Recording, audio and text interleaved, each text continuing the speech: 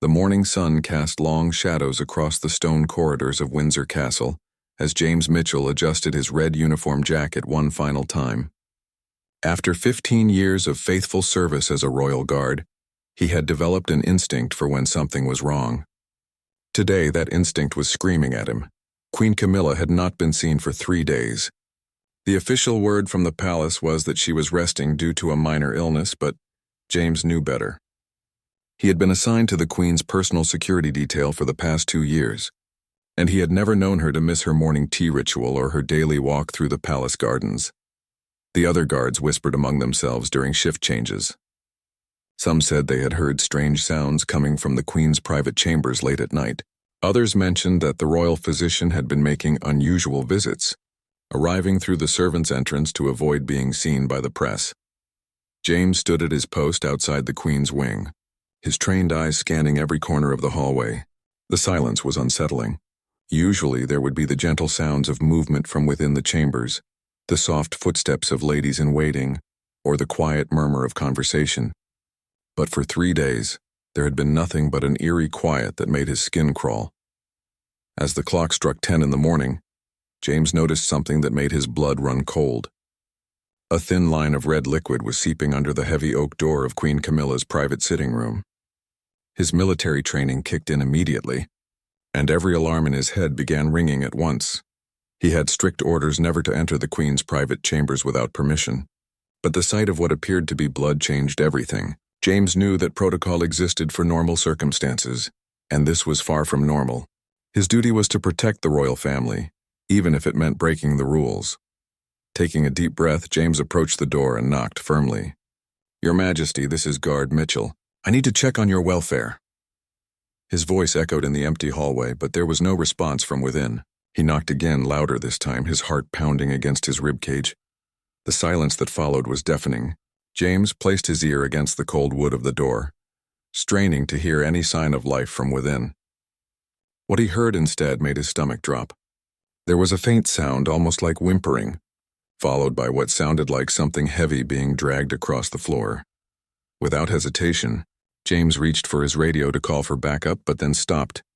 If he was wrong about what he was hearing, if the Queen was simply indisposed and he had overreacted, his career would be over. But if he was right, and something terrible was happening to Queen Camilla, every second of delay could be crucial. The red liquid under the door was spreading now, creating a small pool on the marble floor. James's military experience told him this was too much blood for a simple accident. Someone inside that room was in serious trouble, and his oath to protect the royal family left him with only one choice. He tried the door handle first, hoping against hope that it might be unlocked. To his surprise, it turned easily in his hand. This was strange because the Queen's private chambers were always locked when she was inside. James pushed the door open slowly, his hand instinctively moving to the emergency alarm on his belt. What he saw as the door swung wide made him freeze in complete shock. The scene before him was unlike anything he could have imagined, and it would change not only his life but the entire future of the British royal family. James stood in the doorway, trying to process what his eyes were telling him, knowing that nothing would ever be the same again. James stepped into the room, his boots making soft sounds on the Persian carpet that was now stained with dark red patches. The Queen's sitting room, usually immaculate and filled with fresh flowers, looked like a battlefield.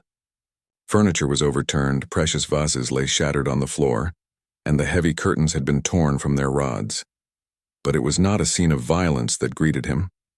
Instead, James discovered Queen Camilla kneeling on the floor beside a makeshift bed constructed from cushions and blankets.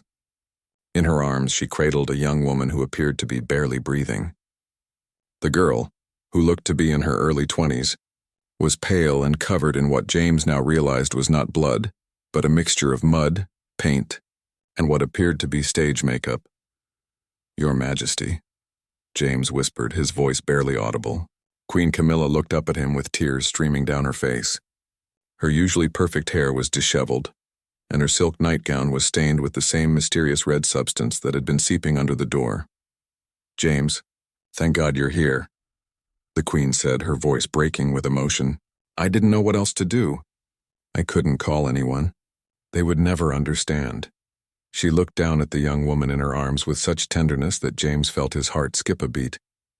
The girl stirred slightly, opening eyes that were the exact same shade of blue as Queen Camilla's. James felt the world shift beneath his feet as the resemblance became unmistakable. This was not just any young woman. This was someone who shared the Queen's distinctive features, her elegant bone structure, and even the small scar above her left eyebrow that Camilla had gotten as a child. "She came to me 3 nights ago," Queen Camilla explained, her voice barely above a whisper. "She climbed through the garden and up to my balcony. She was so scared, so desperate. She said she had nowhere else to go." The Queen's hands trembled as she smoothed the girl's hair away from her face. James knelt down beside them, his training as a guard warring with his human compassion. "Who is she, Your Majesty?" he asked, though deep down, he was beginning to suspect an answer that seemed impossible. Queen Camilla looked at him with eyes full of pain and a secret she had carried for over 20 years. "Her name is Sarah," she said slowly, "and she is my daughter. My daughter that the world believes never existed."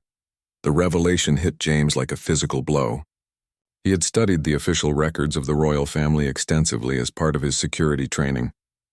There was no mention of Queen Camilla having any children before her marriage to then Prince Charles. Yet here was undeniable proof that such a child existed. Sarah's eyes fluttered open and she looked directly at James with a mixture of fear and defiance. "Please don't turn me away," she whispered, her voice hoarse and desperate. "I know I'm not supposed to exist, but I had nowhere else to go. They're trying to hurt me because of who I am." James felt his world spinning out of control.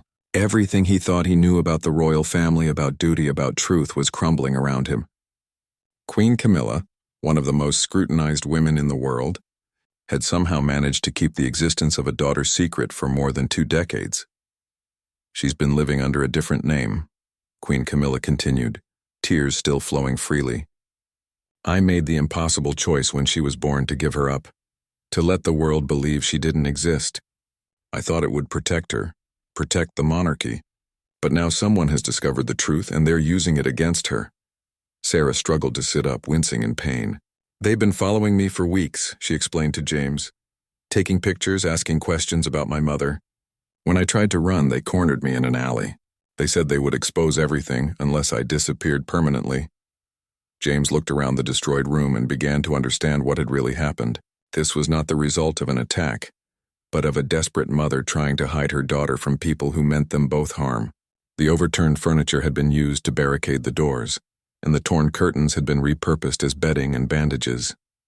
The weight of this secret settled on James's shoulders like a heavy cloak.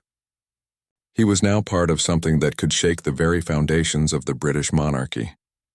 Yet as he looked at the fear in Sarah's eyes and the desperate love in Queen Camilla's face, he knew that his duty had evolved beyond simple protocol and procedure. James made a decision that would change his life forever. Instead of immediately reporting what he had discovered, he quietly closed the door behind him and activated the security lock that would prevent anyone else from entering. His mind raced as he tried to process the magnitude of what Queen Camilla had just revealed. "How long have they been threatening her?" James asked, settling into a chair that had been knocked over during the chaos. He needed to understand the full scope of what they were dealing with before deciding on the best course of action. Sarah wiped her eyes with a trembling hand and took a shaky breath. "It started about a month ago," she began. "I work as a teacher in a small town outside London. I've always known who my real mother was, but we agreed it was safer if I lived a completely separate life. I changed my last name, moved far away, and tried to build a normal existence." Queen Camilla held her daughter's hand tightly, as if afraid she might disappear again. "I've been sending her money anonymously for years," she admitted to James. "I made sure she had everything she needed for school, for university, for starting her career. But we've only met in person a handful of times, always in complete secrecy. Then one day, a man approached me outside the school where I teach," Sarah continued, her voice growing stronger as she spoke. "He knew everything about me. He knew about the money transfers, about the few times I had met with my mother. He had photographs of us together from years ago, pictures I didn't even know existed." James felt a chill run down his spine. This sounded like the work of professional blackmailers or possibly even foreign intelligence agents who specialized in gathering compromising information about the royal family. The implications were staggering. What exactly did they want? James asked, though he suspected he already knew the answer. At first, they wanted money, Sarah replied. They said if I paid them regularly, they would keep my existence secret. But then their demands became more complicated. They wanted information about palace security, about my mother's schedule, about private family matters that only someone with inside access could know. Queen Camilla's face hardened with anger. When Sarah told me what they were demanding, I knew we had crossed into dangerous territory. These people weren't just blackmailers. They were using my daughter to try to gather intelligence that could be used to harm the entire royal family. James understood immediately why Queen Camilla had been unable to go through official channels. If word of Sarah's existence leaked to the press or to hostile foreign governments, it would create a scandal that could destabilize the monarchy. But more importantly, it would put Sarah's life in genuine danger. So you decided to bring her here, James said, beginning to piece together the events of the past 3 days. I couldn't think of anywhere else that would be safe, Queen Camilla explained. But I also couldn't risk anyone knowing she was here. I told my staff I was ill and needed complete privacy. I thought I could hide her for a few days while I figured out a permanent solution. Sarah looked at James with desperate hope in her eyes. The man who's been threatening me said he would give me 1 week to get him the information he wanted. If I don't deliver, he's going to release everything to the newspapers and send copies of all the evidence to foreign intelligence services. When is the deadline? James asked, already dreading the answer. Tomorrow night, Sarah whispered.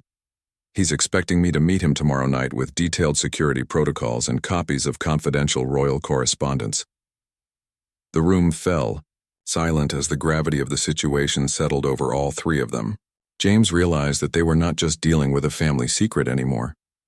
This had become a matter of national security, and the clock was ticking. James stood up and began pacing the room, his military training taking over as he analyzed their options. They could go to the authorities, but that would inevitably lead to Sarah's identity being exposed. They could try to disappear Sarah permanently, but that would mean Queen Camilla would lose her daughter forever. Or they could try to handle the blackmailers directly, which would be dangerous but might be their only hope of protecting both Sarah and the monarchy. There's something else, Queen Camilla said quietly, interrupting James's thoughts. The man threatening Sarah isn't working alone. He mentioned having powerful friends who would be very interested in using this information. I think we're dealing with people who have resources and connections that go far beyond simple blackmail. James stopped pacing and looked directly at Queen Camilla. Your Majesty, with your permission, I think I know someone who might be able to help us. But it will require trusting people outside the official palace security structure. Queen Camilla met his gaze steadily. At this point, James, I'm willing to consider any option that keeps my daughter safe and protects the crown. What do you have in mind? James pulled out his personal mobile phone, something he rarely used while on duty, and dialed a number he had memorized years ago but hoped never to use. The phone rang twice before a gruff voice answered. Marcus Webb, the voice said simply. Marcus, it's James Mitchell. I need your help and I need it urgently, James said, keeping his voice low even though they were safely locked.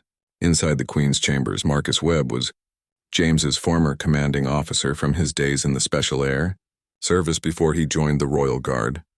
Webb now ran a private security firm that specialized in handling delicate situations for high-profile clients. Most importantly, Webb was one of the few people James trusted completely with his life. What kind of trouble are you in, Mitchell? Webb asked, his tone immediately becoming serious. The kind that could bring down the government, James replied honestly. I need you to come to Windsor Castle immediately. But you need to come alone and you need to be completely invisible. Can you do that?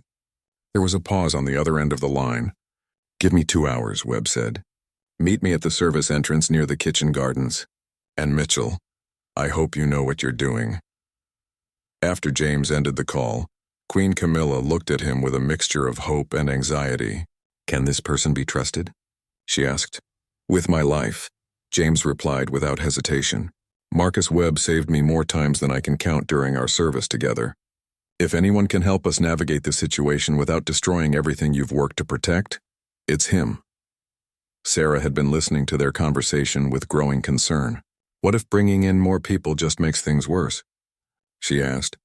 What if this Marcus person decides to turn us in to save himself? James knelt down beside Sarah and looked her directly in the eyes. I understand your fear, but we can't solve this problem alone. The people who are threatening you are professionals. They have resources and connections that we don't. If we're going to protect you and your mother, we need professional help. Over the next 2 hours, James worked with Queen Camilla to develop a cover story that would explain his prolonged absence from his post. They decided to tell anyone who asked that the Queen had requested additional security sweeps of her private chambers due to concerns about a potential security breach. Meanwhile, Sarah shared more details about her encounters with the blackmailers. She described the man who had first approached her as being in his 40s, well-dressed and speaking with what sounded like a European accent. He had known details about her life that should have been impossible for anyone outside the royal family to discover. He knew about the time I broke my arm when I was 12, Sarah explained. He knew about the small scar on my hand from when I was learning to cook. These weren't things that would be in any official records. Someone had been watching me for years without me knowing. Queen Camilla's face grew pale as she realized the implications. If they've been monitoring you for that long, they probably know about every interaction we've ever had. They might even know about this conversation. James checked his watch and realized it was time to meet Webb. I need to go collect our help, he told them. While I'm gone, both of you need to stay exactly where you are. Don't answer the door for anyone except me. And if anyone tries to force their way in, use the emergency alarm. As James made his way through the castle's service corridors toward the kitchen gardens, he couldn't help but reflect on how dramatically his life had changed in just a few hours. This morning he had been a simple royal guard following routine protocols. Now he was part of a conspiracy that involved royal family secrets, international blackmail, and potential threats to national security. The kitchen gardens were deserted when James arrived, which was exactly what he had hoped for. Within minutes, he spotted a figure moving through the shadows near the old greenhouse. Marcus Webb appeared exactly as James remembered him, compact, alert, and moving with the confident precision of someone who had spent decades in dangerous situations. You look like hell, Mitchell, Webb said by way of greeting. This must be even worse than you made it sound on the phone. It's worse than anything I could have imagined, James replied. I need you to promise me that everything I'm about to tell you stays between us no matter what. Webb studied James's face carefully. You're talking about something that goes beyond normal operational security, aren't you? I'm talking about something that could change the course of British history, James said. And we have less than 24 hours to prevent a disaster that could destroy people I've sworn to protect. Webb nodded slowly. Lead the way, Mitchell. But I want you to know that once I'm involved, I'm committed to seeing this through to the end, whatever that might be. As they made their way back through the castle's hidden passages toward Queen Camilla's chambers, James realized that they had just crossed a point of no return. Whatever happened next would determine not only Sarah's fate, but potentially the future of the monarchy itself. Marcus Webb's expression remained completely neutral as James explained the situation during their walk through the castle corridors. It was only when they reached the door to Queen Camilla's chambers that Webb stopped and turned to face his former colleague. You're absolutely certain about what you're telling me?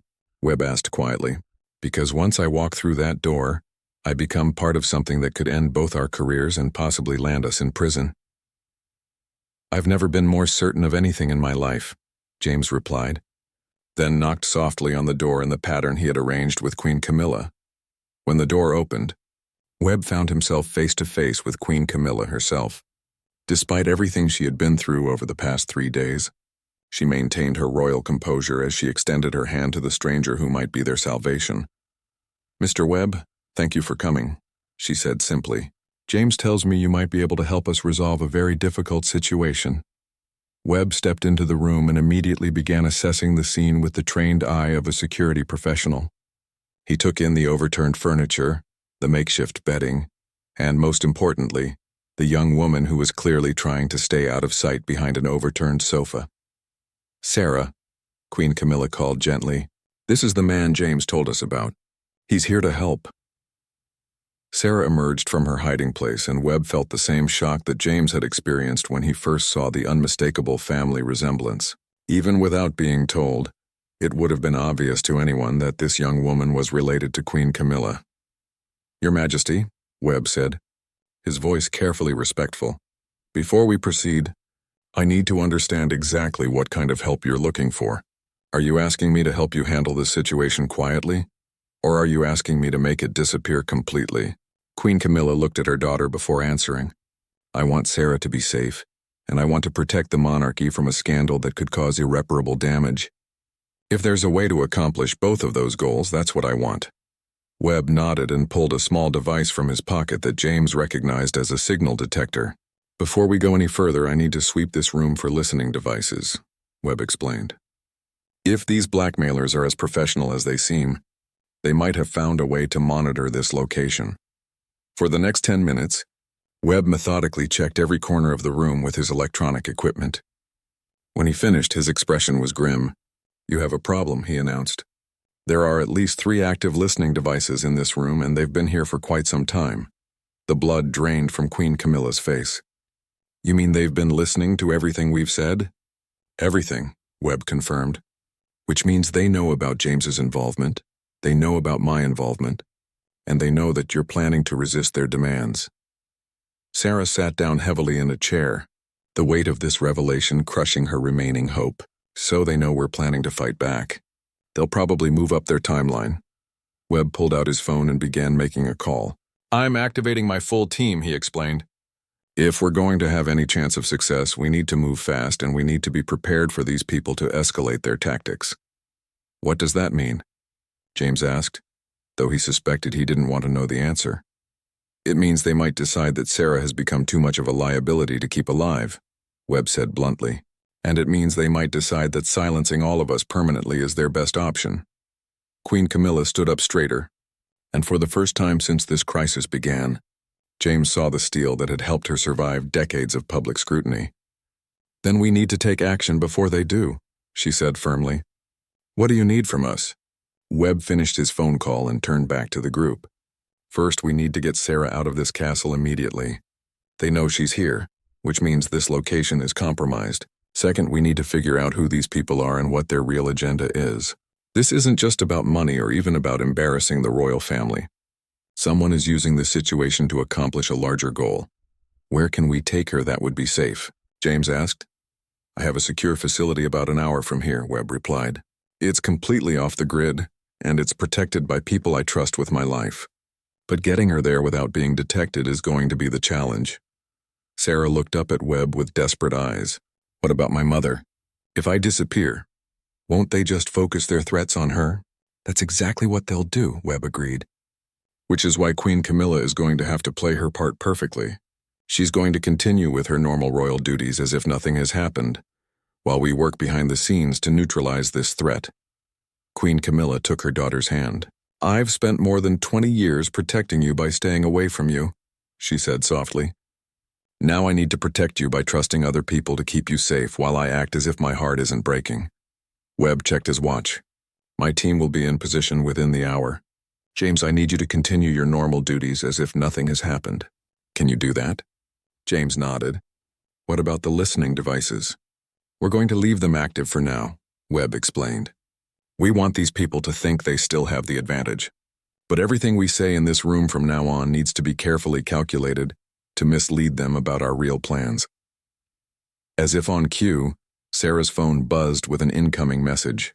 She looked at the screen and her face went white. "It's from him," she whispered. "The man who's been threatening me. He says the deadline has been moved up. He wants to meet tonight." The message on Sarah's phone was brief but chilling. "Plans have changed. Meet me at the old Westminster Bridge at midnight tonight. Come alone and bring what we discussed. This is your final opportunity." Webb read the message and immediately began formulating a plan. "This actually works in our favor," he said, surprising everyone in the room. "They're rushing because they know we're onto them, which means they're going to make mistakes." "How is this good news?" Sarah asked, her voice shaking. "They want me to bring them classified royal security information that I don't have, and if I don't show up, they'll destroy my mother's reputation and my life." Because now we can control the situation, Webb explained. Instead of waiting for them to act on their timeline, we're going to set a trap. But it's going to require everyone to play their parts perfectly. Queen Camilla looked at Webb with growing understanding. You want Sarah to go to this meeting? Not exactly, Webb replied. I want them to think Sarah is going to this meeting. What's actually going to happen is that my team and I are going to be waiting for them when they arrive. James felt his stomach drop. That's incredibly dangerous. If something goes wrong, Sarah could be killed. If we do nothing, Sarah will definitely be killed, Webb replied bluntly. These people have already decided that she knows too much. The meeting tonight isn't really about getting information from her. It's about eliminating a loose end. Sarah closed her eyes and took a deep breath. When she opened them again, there was a determination there that reminded James powerfully of Queen Camilla. What do you need me to do? Webb pulled out a small device that looked like a hearing aid. This is a microtransmitter. It will allow us to hear everything that happens and communicate with you if necessary. But Sarah, I need you to understand that once we start this operation, there's no going back. We're going to learn who these people really are and what they want. But the process is going to be dangerous. More dangerous than living the rest of my life looking over my shoulder? Sarah asked. Potentially yes, Webb admitted. Because once we identify these people, they're going to know that we're actively working against them. If our plan fails, all of our lives will be in danger. Queen Camilla stood up and walked to the window, looking out at the castle grounds where she had spent so many years of her life. 23 years ago, I made the hardest decision of my life when I gave up my daughter to protect the monarchy, she said without turning around. I've regretted that decision every day since. I won't make the same mistake twice. She turned back to face the group. Mr. Webb, I want you to proceed with your plan, but with one modification. I want to be there tonight when this happens. Absolutely not, James said immediately. Your Majesty, the risk is too great. James is right, Webb agreed. If something goes wrong and you're injured or killed, it would create exactly the kind of crisis these people want to cause. But Queen Camilla had made up her mind. For 23 years, I've protected the monarchy by staying away from my daughter. Tonight, I'm going to protect my daughter. And if that puts the monarchy at risk, so be it. Webb studied Queen Camilla's face and recognized the same determination he had seen in countless soldiers who had made the decision to risk everything for what they believed in. If you're determined to be involved, then we'll plan for it, he said finally. But you follow my orders completely without question. Over the next several hours, Webb's team arrived at the castle through various service entrances, each member appearing to be either maintenance workers or delivery personnel. James was amazed at how seamlessly they blended into the castle's daily operations. By evening, Webb had outlined a detailed plan that would allow them to identify the blackmailers while keeping both Sarah and Queen Camilla as safe as possible. Sarah would go to the meeting location, but she would be surrounded by Webb's people from the moment she left the castle. The key to this operation, Webb explained, is that we need to let them think they're in control right up until the moment we take them down. That means Sarah is going to have to face some very scary people and convince them that she's cooperating. Sarah nodded, though James could see that she was terrified. What if they ask me questions I can't answer? What if they realize I don't actually have access to the information they want? That's where this comes in, Webb said, pulling out a folder filled with documents. These are fake security protocols that look completely authentic. They contain enough real information to be convincing, but nothing that would actually compromise palace security. Queen Camilla looked at the documents and realized the level of preparation that had gone into Webb's plan. You've been planning this for hours, but you've created documents that would take days to prepare. How is that possible? Webb smiled grimly. Because this isn't the first time someone has tried to blackmail a member of the royal family. We've been preparing for scenarios like this for years, hoping we'd never have to use them. As the clock approached 11 p.m., James felt the weight of everything that was about to happen. In less than an hour, they would either solve this crisis or potentially make it much worse. Either way, there would be no going back to the simple life of a royal guard following routine protocols. Are you ready for this? He asked Sarah as she prepared to leave for what might be the most dangerous night of her life. Sarah looked at her mother one more time, then back at James. I've spent my entire life hiding who I really am, she said. Tonight, I'm going to find out if that was worth it. The old Westminster Bridge was shrouded in fog as Sarah approached the designated meeting point at 5 minutes before midnight. Through her hidden earpiece, she could hear Webb's calm voice providing updates on the positions of his team members, who were stationed throughout the area. "Remember, Sarah," Webb's voice whispered in her ear, "your job is to stay calm and let them talk. We need to find out who they really are and what organization they're working for." Sarah's hands trembled as she clutched the folder of fake documents that Webb had prepared. In the distance, she could see a figure standing near the center of the bridge, exactly where the blackmailer had instructed her to meet him. As she got closer, Sarah recognized the man who had been threatening her. He was tall and well-dressed, with the kind of confident bearing that suggested he was accustomed to being in control of dangerous situations. But tonight he wasn't alone. 2 other men stood in the shadows nearby, and Sarah could see the outlines of at least 3 more figures positioned at both ends of the bridge. "Miss Parker," the man said, using the false name that Sarah had been living under for years, "I'm pleased that you decided to cooperate with our request."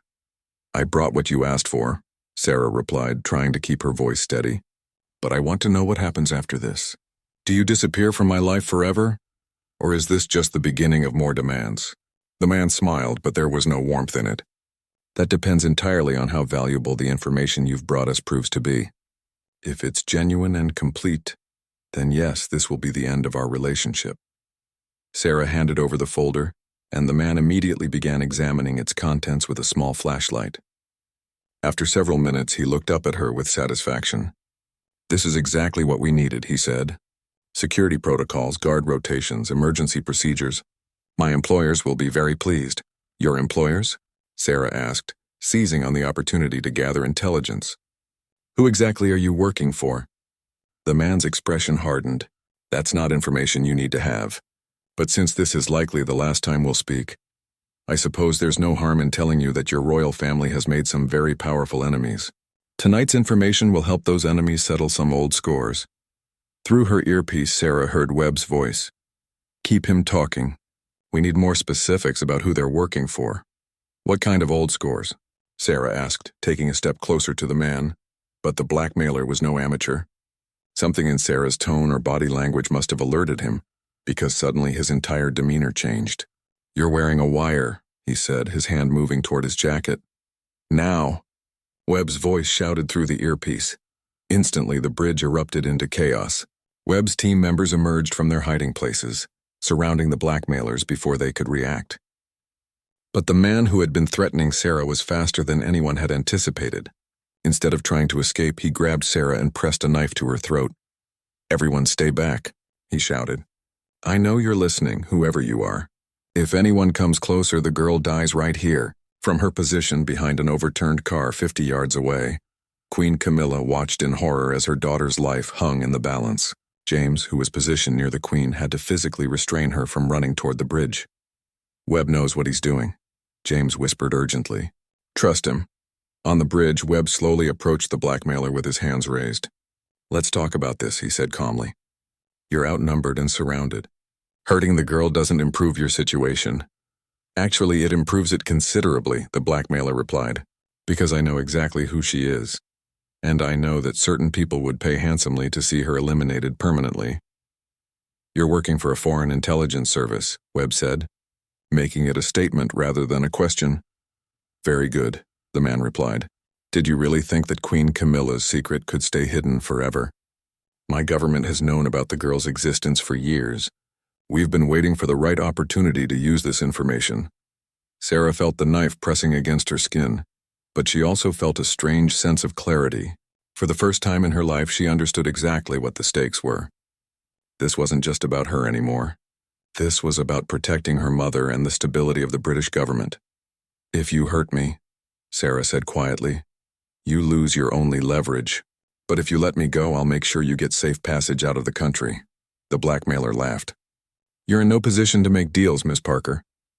"Actually, I am," Sarah replied, her voice growing stronger. "Because I'm not Miss Parker anymore. I'm Sarah Windsor, daughter of Queen Camilla, and I'm placing you under citizen's arrest for treason against the crown." What happened next would be talked about in intelligence circles for years to come. Sarah suddenly twisted away from the knife with a move that Webb later realized she must have learned from self-defense classes. In that instant of surprise, Webb's team moved in with precision that spoke of years of training. Within seconds, all of the blackmailers were in custody, and the threat that had been hanging over the royal family was finally over. As dawn broke over London, James stood in Queen Camilla's private sitting room, which had been restored to its usual pristine condition. Sarah sat beside her mother on the sofa, holding her hand for the first time in years without having to hide their relationship. "What happens now?" Sarah asked. Queen Camilla looked at her daughter with eyes full of love and determination. "Now we tell the truth," she said simply. "Not the whole truth, perhaps, but enough truth that you can live openly as who you really are." James smiled as he realized that his life as a simple royal guard was over. But his life as a protector of a family that had finally found a way to be whole was just beginning. In the weeks that followed, the palace released a carefully crafted statement announcing that Queen Camilla had a daughter from before her marriage to King Charles, and that this daughter had been living privately to protect her from media attention. The British public, rather than being scandalized, embraced Sarah as a refreshing example of royal authenticity, and James Mitchell, who had risked everything to protect a secret that could have destroyed the monarchy, found himself promoted to head of a new specialized security unit, tasked with protecting the royal family's most sensitive interests. Sometimes, he reflected, breaking the rules was exactly what duty required.